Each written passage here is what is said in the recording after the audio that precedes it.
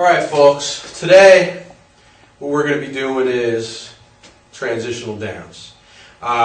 Transitional downs are very similar to transitional sits, except more difficult. They can be more stressful for the dog.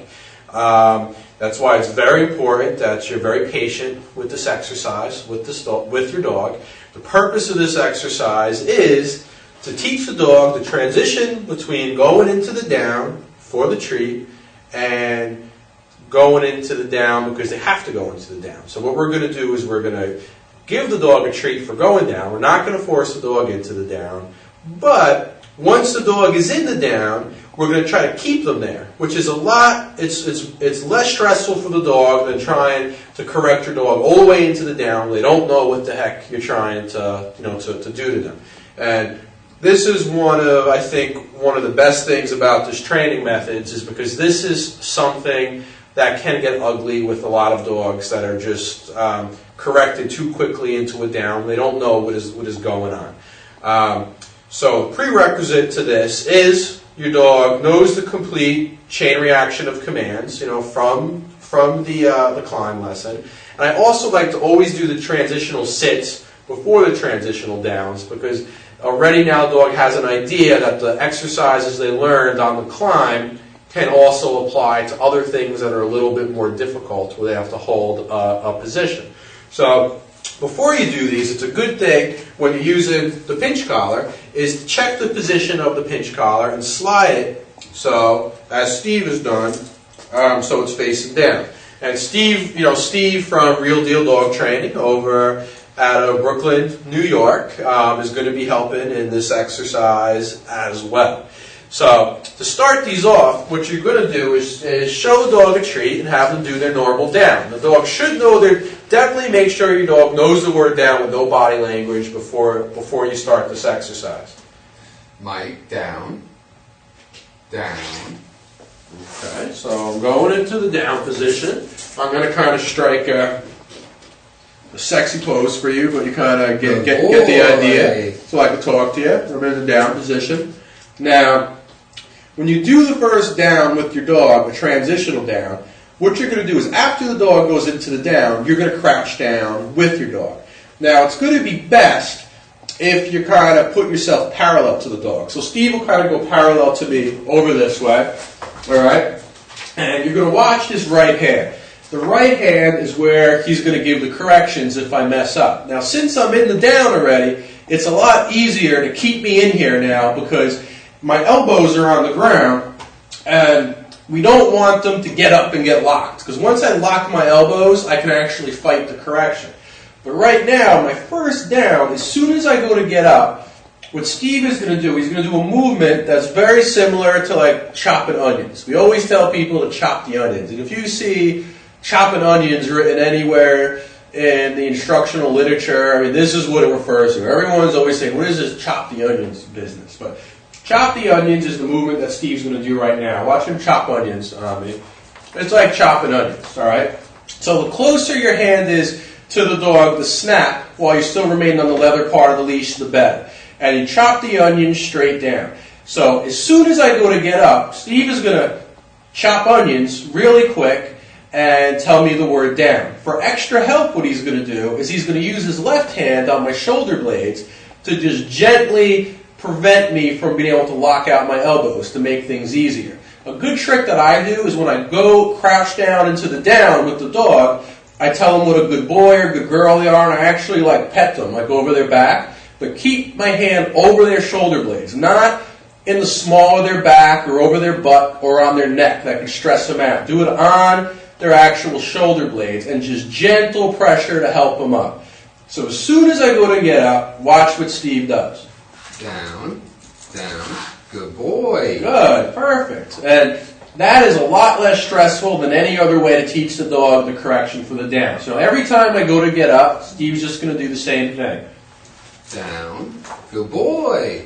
Good. Now, if I kind of panic a little bit, the more that he stays calm, the better. All right? So I'm going to panic a little bit, and he's going to stay nice and calm until I relax. Down, down, down, Good boy. Good. Good boy. By him staying calm, it reassures the dog that you're not trying to hurt him, that you're just trying to teach him something. All right, so he's learning this pinch collar correction without getting too stressed out. If I was getting a little stressed out and I started like mouthing Steve's hand over here, what you could use, and this would be what you can use is a muzzle to play it safe. I'm gonna grab that muzzle over there, quick, Steve. Is this would really be more if you had a dog that had a tendency, he's gonna slip a muzzle over me. This is just in case I get stressed out and I go to mouth his hand, because this is one exercise where your hand is very vulnerable. A lot of dogs that try to bite on this exercise, it's just because they're stressed out, that they don't know what's going on and they might mouth. Or they just might mouth as a default behavior to try to get you to stop. What this does, it just eliminates that option for them so you can stay calm and relaxed. You don't have to get into some stressful battle with the dog. So here, I'm going to go to get up. I'm going to be trying to bite Steve's hand, but he's just going to stay calm. All right? Down, down, down. Good boy. Good. Good boy. Good. And we'll do that again. Down, down. Good boy. Good boy. Good. So you don't want the dog to think of other ways to kind of get out of the situation. But as long as you're staying calm and you're really praising, generally that's not a case. But if you have a dog that has a tendency to mouth or be bossy or stubborn or has ever bitten anyone before, you'd want to be doing this exercise, supervised by a professional, with a muzzle on. But make sure you know how to get your dog used to a comfortable fit muzzle first. Okay, but I'm really not that aggressive, so Steve can take this off of me. Good.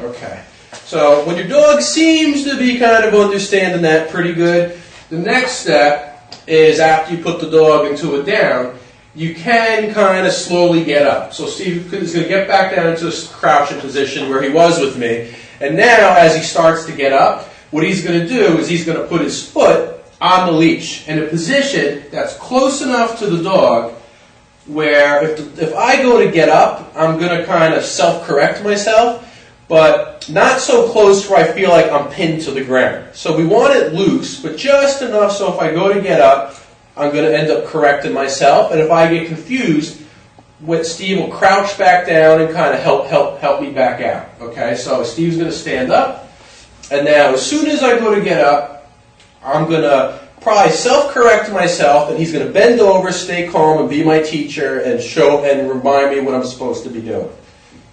And he says not sit, down the moment I actually self-correct myself as well. Down, down.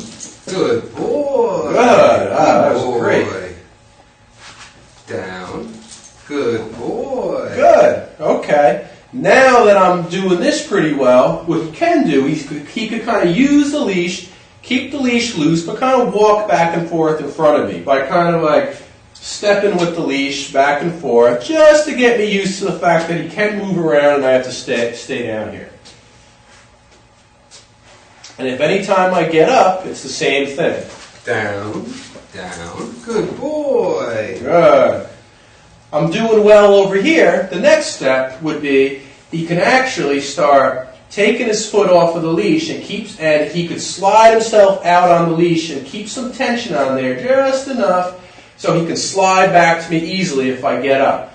Now, you wouldn't do this step unless the dog seems to kind of really get what was going on in the previous step with your foot on there. Because once you get over here, the dog has the opportunity to really get up and lock out their elbows. But if they have a good handle on it at this stage, when I get up, Steve is going to very smoothly slide with the leash using the same technique we do with everything else and crouch down on a knee.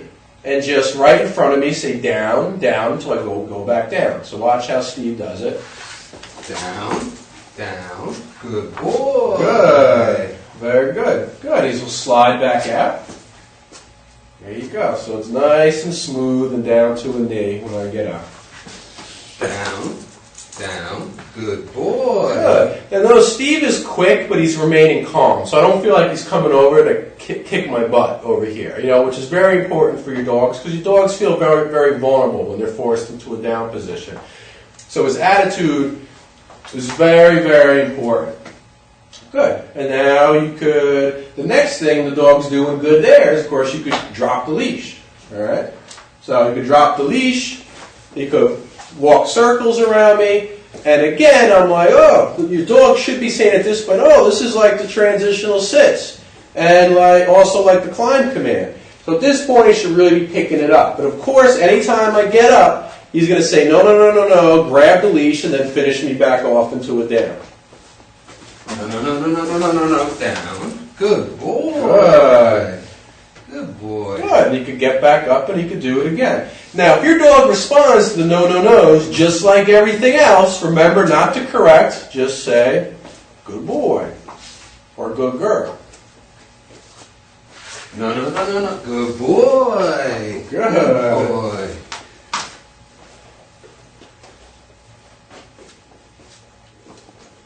No, no, no, no, no, no, no, no, no, no, no, no. Down. Good boy. Good. So, it's pretty simple. Remember, this should not be a very stressful exercise. The first couple of corrections you do are probably about as stressful as it really gets. And that's why you want to be as quick as possible, with the dog. And that's why don't hold it against your dog if they start mouthing your hand, because they can potentially be very confused. But don't let yourself get bit. If you have any doubt or in your mind that your dog may bite, be sure to use proper safety precautions and to use a muzzle with the dog until you're certain the dog understands what is going on and doesn't feel threatened by you while you are doing this exercise.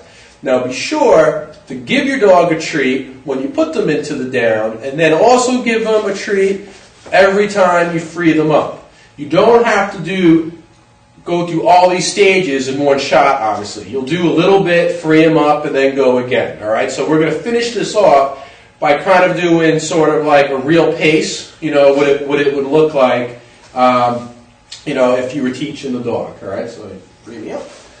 Mike, free. Good. So Steve's gonna tell me to down. Mike, down.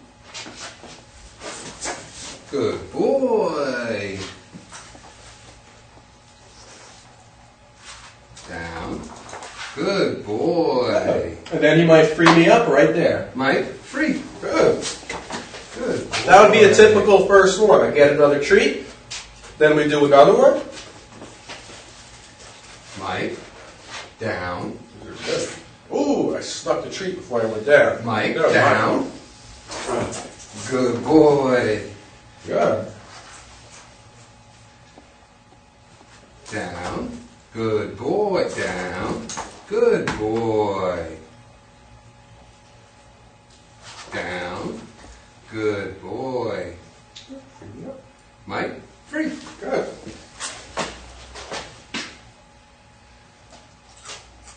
Good. Another one.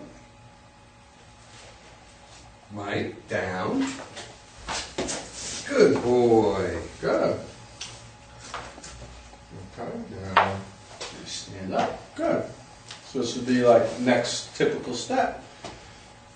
I'm doing good. Down. Good boy. Down. Down. Good boy. Good. And then maybe free me up boy. there. Mike, free. Good. Good. So you get the idea, right? This is my goodie.